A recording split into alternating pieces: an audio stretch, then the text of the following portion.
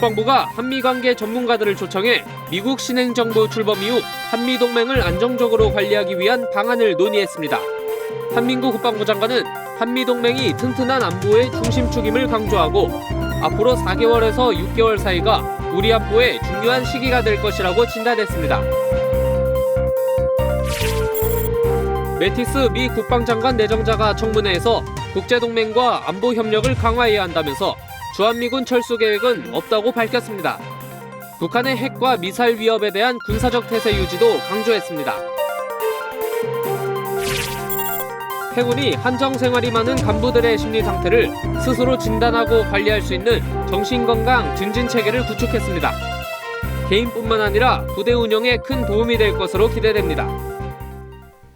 시청자 여러분 그리고 장병 여러분 안녕하십니까? 국방뉴스를 전해드립니다. 국방부가 13일 국방부 장관 주관으로 국내 한미관계 전문가들을 초청해 정책 간담회를 개최했습니다. 미국 신행정부 출범 이후 한미동맹을 유지 발전시키고 핵심 동맹 현안의 안정적인 관리에 대해 논의하는 자리였습니다.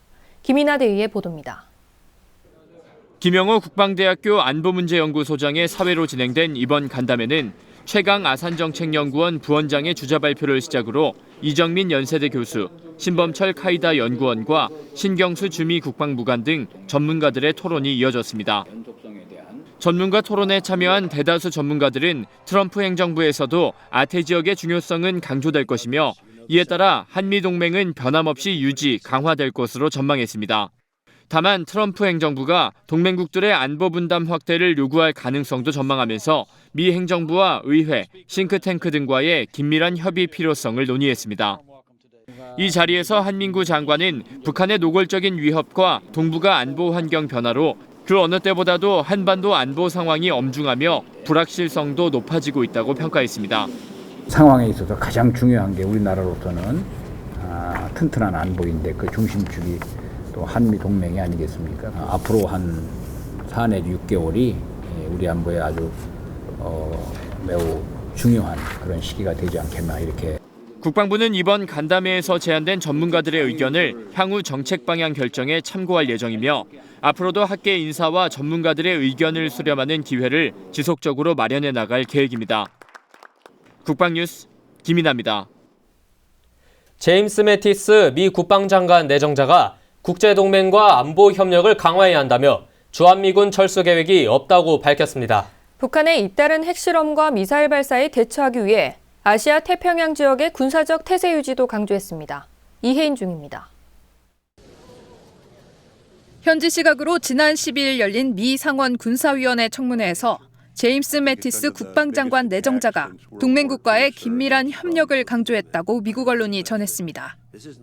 그동안 트럼프 미 대통령 당선인은 한국의 방위비 분담과 관련해 주한미군 철수 가능성을 시사하는 등 미 안보 의무에 대해 회의적인 입장을 표명해왔습니다. 이와 관련해 매티스 내정자는 강력한 동맹국과 함께하는 국가는 성하고 그렇지 않은 국가는 쇠한다고 밝히며 동맹 관계의 중요성을 지적했습니다. 또 주한미군 철수를 묻는 질문에 그런 계획에 대해서는 아는 바가 없다며 사실상 철수 계획이 없다는 입장을 밝혔습니다. 이와 더불어 미국은 방위조약 의무를 유지할 때 동맹국들과 함께할 때 더 강하다며 동맹국과 파트너들도 그들의 의무를 준수하길 기대한다고 밝혀 방위비 추가 분담 요구 여지를 남겼습니다. 매티스 내정자는 또 아시아 태평양 지역의 군사적인 태세를 유지해야 한다며 오바마 행정부가 주도한 아시아 중시 정책을 이어갈 뜻을 밝혔습니다. 북한 정권의 지속적인 도발적 언행으로 매우 불안정한 한반도 안보 상황에 대해서는 특히 대륙간 탄도미사일이 심각한 위협이라는 점을 지적하며 한국, 일본 등과 긴밀한 협조를 강조했습니다. 이와 관련해 마이크 폼페오 미국 중앙정부국장 내정자도 청문회에서 북한의 핵과 미사일 개발은 미국이 직면한 가장 큰 위협 중 하나라고 밝혔습니다. 국방뉴스 이혜인입니다. 국방부가 발간한 2016 국방백서는 지난 4년간의 국방정책과 향후 정책 방향을 총망라하고 있습니다. 국방뉴스에서는 분야별 주요 내용과 향후 전망에 대해 연속 보도해드리고 있는데요. 이번 시간은 우리 군의 군사 대비 태세 현황과 미래지향적 역량 강화 방안을 짚어봅니다. 김지한 기자입니다. 2016 국방백서에서는 북한의 상시적인 군사적 위협과 도발이 지속되는 한 그 수행 주체인 북한 정권과 북한군은 우리의 적이라는 2010년 국방백서의 주적 개념을 그대로 유지하고 있습니다. 우리 군은 적의 다양한 침투와 도발에 대응하기 위해 모든 국가 방위 요소를 유기적으로 통합해 만반의 대비 태세를 갖추고 있습니다. 북한의 다양한 국지 도발에 대비해 접적 지역 일대의 감시 장비를 보강하고 GOP 전 지역엔 과학화 경계 시스템을 구축했습니다. 서북도서 지역엔 무인 항공기와 230mm급 다련장, 단거리 유도무기 등 감시 타격 전력을 보강하고 요새화를 추진하고 있습니다. 특히 2016 국방백서에선 국방한계선 NLL이 지금까지 우리 군이 굳건하게 지켜온 실질적인 해상 경계선이며 어떠한 도발에도 단호히 대응해 나갈 것임을 강조했습니다. 독도 또한 역사적, 지리적, 국제법적으로 명백한 우리의 고유 영토임을 강조하고 강력한 수호 의지를 천명했습니다. 북한의 핵과 미사일 위협에 대한 대응 방안으로 제시한 한국형 3축 체계는 우리 군의 독자적인 대응 능력을 확보하기 위한 체계로서 킬체인과 한국형 미사일 방어, 대량 응징 보복으로 구성됩니다. 킬체인은 북한의 탄도미사일 징후를 신속하게 탐지 식별해 선제 타격하는 체계를 말합니다. 한국형 미사일 방어는 날아오는 미사일을 요격할 수 있는 하층 방어 위주의 독자적 미사일 방어 체계입니다. 대량 응징 보복은 북한 지휘부에 대한 경멸 능력과 의지를 보임으로써 핵 사용을 억제하고 실제 핵 사용 시엔 즉각적 응징 보복을 실행한다는 개념입니다. 미래지향적 국방 역량 강화를 위해 2022년까지 상비 병력을 52만 명 수준으로 감축하고 2025년까지 간부 비율을 40% 이상으로 올린다는 계획입니다. 국방 예산 중 연구개발비 비중을 늘려 미래 선도용 기술과 핵심 부품 개발을 지원하고 민군 기술협력 사업도 더욱 확대해 나갈 방침입니다. 방위산업 경쟁력 강화 방안으론 맞춤형 지원을 통해 기술 경쟁력을 갖춘 중소기업을 육성하고 벤처기업의 방산 분야 진출을 장려하기 위해 국방 벤처 지원 사업을 추진하고 있습니다. 국방뉴스 김지한입니다. 해군이 간부들의 심리 상태를 스스로 진단하고 관리할 수 있는 정신건강 증진 체계를 구축했습니다. 진단 결과는 개인만 알 수 있고 근무지나 계급별 통계는 집계할 수 있어 개인의 비밀도 보장하고 부대 운영에도 도움이 될 것으로 기대됩니다. 오상현 기자의 보도입니다. 지난 9일부터 해군 인트라넷에서 운영하기 시작한 정신건강 증진 체계는 필수 자기진단과 상황별 자율진단 두 가지 유형으로 나뉩니다. 군에서 정책적으로 시행하는 필수 진단의 경우는 기존에 종이로 설문을 받던 것을 전산화해 함정 생활이 많은 해군 간부가 보다 간편하게 진단을 받을 수 있습니다. 또 우울장애나 불안장애, 직무 스트레스 등을 확인할 수 있는 상황별 자율진단을 통해 언제든지 개인의 정신건강을 점검할 수 있습니다. 무엇보다 진단 결과는 본인만 알 수 있고 부대에서 필요한 통계치는 따로 집계할 수 있다는 점이 강점입니다. 진단 결과가 어떻게 더 많이 이제 우울하고 불안한지를 구분할 수 있게끔 이제 하고 남녀 이렇게도 구분할 수 있게끔 통계 자료를 이를 통해 간부 본인은 과거와 현재의 정신건강 변화를 알 수 있고 부대에서는 지휘관의 부대 운영에 활용할 수 있습니다. 해군본부는 정신건강 증진 체계를 통해 종합된 통계를 바탕으로 각 부대 특성에 맞는 심리치유 프로그램을 제공하는 등 보다 전문적인 지원 방안을 마련할 계획입니다. 자기 자신을 지키지 못하는 사람은 국민의 생명과 재산을 지킬 수 없습니다. 그런 의미에서 해군의 정신건강 증진 체계는 간부들이 자기 자신을 지키고 그 힘을 바탕으로 튼튼한 국방을 보장할 수 있는 디딤돌이 될 것으로 기대됩니다. 국방뉴스 오상현입니다.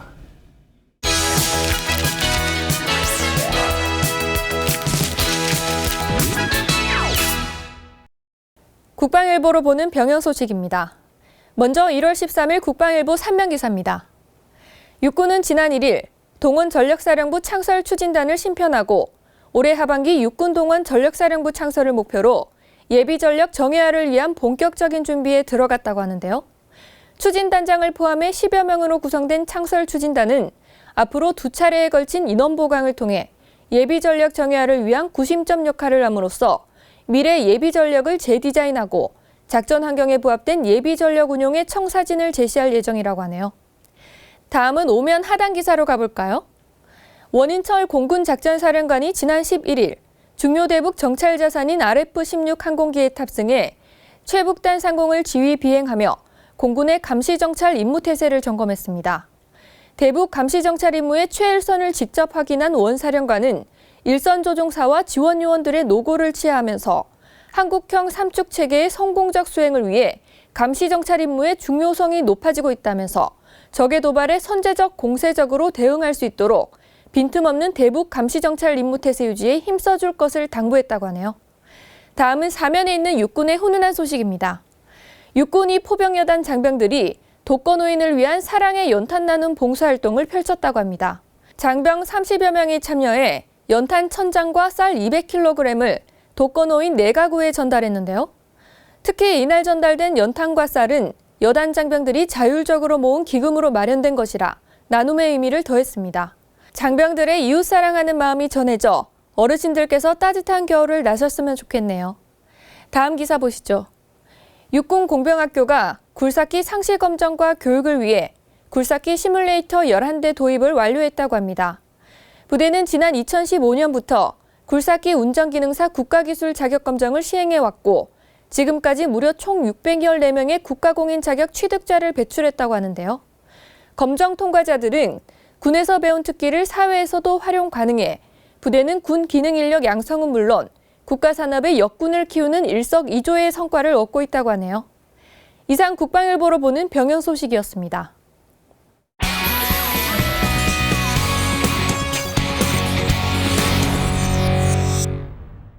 지난 8년간 미국을 이끌었던 오바마 행정부가 막을 내리고 트럼프가 이끄는 신행정부가 1월 달에 출발합니다. 미국 우선주의에 기초하여 전임 오바마 대통령과 차별화된 대외 정책을 추구할 것으로 예상되면서 트럼프 행정부의 대외 정책에 전 세계가 주목하고 있습니다. 안보에 있어 트럼프 당선인은 힘을 바탕으로 한 평화 유지와 동맹국의 역할 분담을 강조해 왔습니다. 동맹국에 더 많은 분담을 요구하고 이에 맞춰 미국의 안보 공약을 이행하겠다고 언급한 점은 70여 년 가까이 이어져 온 동맹 정책의 기조를 전면 재검토하겠다는 뜻으로 받아들여지고 있습니다. 트럼프 행정부가 동맹국에 일방적으로 많은 역할과 부담을 지우려고 할 경우 동맹 내의 갈등이 커질 수 있습니다. 더욱이 중국과 러시아가 공세적인 대외 정책을 추진하고 있는 상황에서 동맹국에 대한 미국의 안보 공약이 예전과 같지 않을 경우 아시아와 유럽의 동맹국들이 느끼는 불안감은 더욱 커질 것으로 보입니다. 대러시아 정책은 트럼프 당선인이 전임 오바마와 가장 많은 대조를 이룰 것으로 보이는 사안입니다. 오바마 대통령 역시 집권 초 리셋 정책으로 MD와 그루지아 전쟁으로 악화된 러시아와의 관계를 개선하고자 했지만 시리아 내전과 우크라이나 사태를 겪으면서 서방과 러시아의 관계는 신냉전으로 불릴 만큼 크게 악화되었습니다. 트럼프의 경우 푸틴에 대한 호감을 보이면서 친러시아계 인사인 틸러슨 헥슨 회장을 국무장관으로 임명하는 등 러시아와의 관계 회복 의지를 강하게 피력하고 있습니다. 아울러 트럼프와 푸틴 모두 힘을 앞세우는 대외 정책을 추구한다는 점도 미러 관계를 예단하기 어려운 부분입니다. 오바마 재임 시절에 핵 합의를 통해 부분적인 관계 개선을 이루었던 중동의 지역 강국인 이란과의 관계 설정 역시 트럼프 행정부의 대외 정책을 가늠할 중요한 사안 중 하나입니다. 금년 상반기에 이란에서도 대선이 치러지는 만큼 앞으로의 1년이 미국과 이란 관계 설정에 있어 매우 중요한 시기가 될 것으로 보입니다. 더욱이 전임 오바마와 달리 트럼프 행정부의 친이스라엘 성향이 두드러지는 점도 압박에 중점을 두고 대이란 정책이 추진될 것임을 예고하는 부분입니다. 이라크와 시리아를 중심으로 진행된 IS 세력의 준동이 전임 오바마 대통령의 큰 오점으로 기록된 만큼 트럼프 행정부는 IS 격퇴에 더욱 속도를 낼 것으로 보입니다. 특히 트럼프 당선인은 이를 위해 시리아 아사드 정권을 지원하는 러시아와 협력하겠다는 입장을 밝히기도 하였습니다. 이 같은 구상이 현실화될 경우 미러 관계의 개선은 더욱 힘을 받을 수 있으나 주 터키 러시아 대사 암살 사건이 극명하게 보여주듯 아사드 정권에 대한 구원이 있는 수니파의 격렬한 반발을 불러올 수도 있습니다. 대외 경제 분야에 있어서도 미국 내의 일자리를 지키겠다는 명분으로 보호무역 기조하에 주요 교역 상대국에 대한 통상 압력을 강화할 것으로 보입니다. 트럼프 행정부의 보호무역 정책이 가시화될 경우 미국 시장 의존도가 높은 아태 국가들은 큰 타격을 입을 것으로 전망됩니다. 트럼프 당선인은 제2의 경제대국으로 미국의 턱밑까지 추격한 중국과의 무역 역조를 바로잡겠다고 나설 경우 미중 간의 갈등은 경제 분야를 넘어 정치, 군사 부분으로 확대될 수도 있습니다. 국제 여론과 동맹과의 관계를 중시했던 전임 오바마 대통령과는 달리 트럼프 행정부는 힘을 앞세우는 자국 중심의 대외 정책을 추진할 것으로 예상됩니다. 트럼프 행정부의 첫 해인 2017년에는 그 과정에서 안팎으로 많은 갈등과 논란이 불거질 수밖에 없습니다. 힘에 기초한 일방주의 외교로 미국의 어려움을 가중시켰던 부시 행정부의 과오를 되풀이해야 할지 아니면 미국의 부흥을 이끌었던 레이건의 길을 갈지 그 선택은 오롯이 1월에 대통령으로 취임하게 될 트럼프 당선인의 몫이 될 것입니다. 국방주간 이슈의 이명철이었습니다. 이번 주말 교통 상황은 어떨지 알아보겠습니다. 네, 한국도로공사와 함께하는 고속도로 주말 교통정보입니다.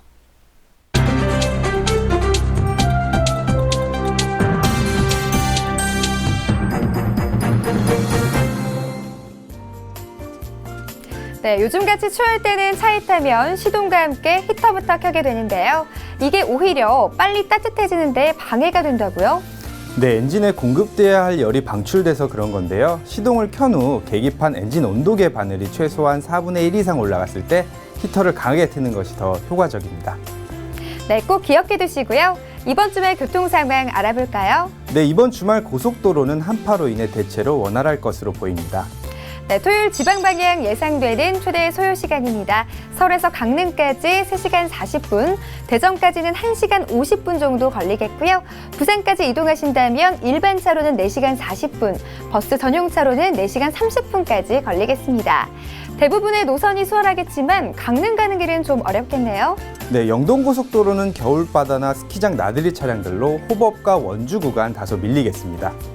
네, 영동고속도로도 좋지만 최근에 겨울바다 보러 가기 좋은 또 다른 고속도로가 개통했죠? 네, 경북 상주에서 서이성 동안동 나들목을 지나서 영덕까지 가는 상주 영덕고속도로입니다. 네, 주말 교통 상황은 어떤가요? 네, 상주에서 영덕까지 안 막힐 때 1시간 10분 정도 걸리는데 지난주 가장 막힐 때 1시간 30분 정도 걸렸습니다. 이번 주말도 지난주처럼 큰 정체는 없겠습니다. 마지막으로 일요일 귀경길입니다. 예상되는 최대 소요 시간은 강릉에서 서울까지 3시간 50분, 부산에서는 일반 차로는 4시간 50분, 버스 전용 차로는 4시간 40분 예상됩니다. 일부 지역에선 주말 눈 소식 있으니까 더욱 안전운전 하시고요. 지금까지 국방TV와 한국도로공사가 함께하는 주말 교통예보였습니다. 국방부가 한미관계 전문가들을 초청해 정책 간담회를 개최했다는 소식과 매티스 미 국방장관 내정자의 청문회 소식 전해드렸는데요. 우리 군은 굳건한 한미동맹을 바탕으로 막강한 군사력을 구비하는 데 최선을 다할 것입니다. 국방뉴스를 마칩니다. 시청해주신 여러분 고맙습니다.